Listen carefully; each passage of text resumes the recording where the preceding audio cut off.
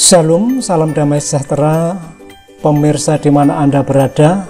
Selamat bergabung kembali bersama Lulus Tutorial. Pada kesempatan ini saya akan share ya, bagaimana cara memisahkan teks menjadi dua kolom.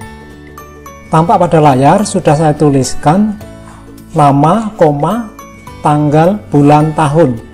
Jadi ini nanti kita pisahkan menjadi dua kolom. Yang tanggal, bulan, tahun itu nanti akan terpisah menjadi kolom berikutnya. Itu bertipe data date ya, bukan teks. Sekarang kita coba ya. Langkahnya adalah di blok,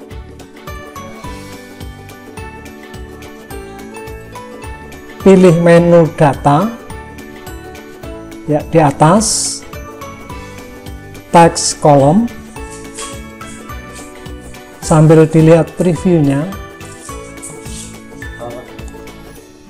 terus kita lihat yang di atas ya, di situ checklist other. Di checklist ya, ini otomatis tanda pemisahnya langsung koma. Sekarang sudah terpisah menjadi dua.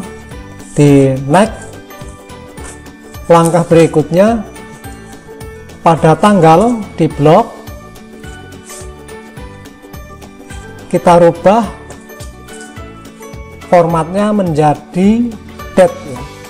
Di situ pilihannya DMY, berarti tanggal, bulan, tahun. Itu bisa dirubah kalau kita klik ya. Nah, sekarang sudah terpisah.